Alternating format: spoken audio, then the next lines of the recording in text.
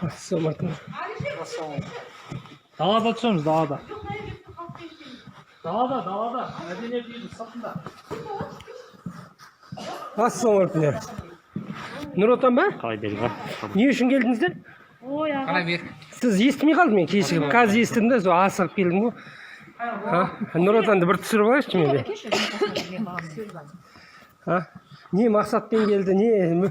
Жоқ, мен түсірмеймін, ана баланы түсірсеңші. Осы деген не болып кетті жүріп? Кім нәрсі?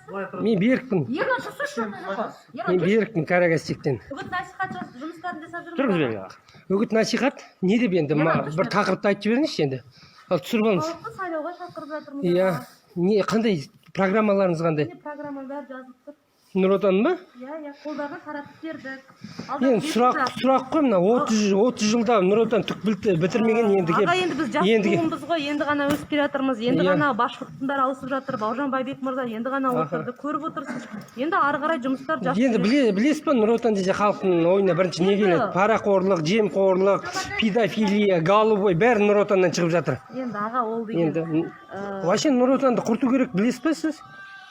Атауымен жоқ қылу керек Нұр Отан Қазақстанда.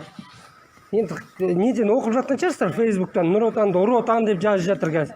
Енді ол қанша адам бар, сонша пікір бар ғой аға. Оны айта алмаймыз, біз ешкімнің ішіне кіріп шыққан жоқпыз. Өзіміз Нұр Отан партиясынан не екенімізді білеміз.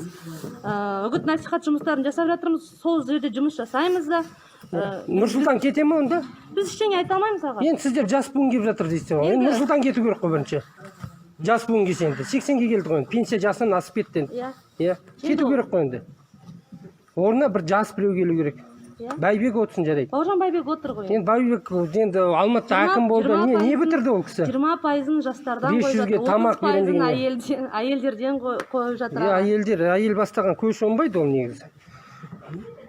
Әйелдердің қойғанда. Вообще енді ауылға үгіт насихат біздің Карагастекке келіп жасаудың қажеті жоқ. Бұл жақта Нұр Отан ешкім қалап тұрған жоқ, шын айтса.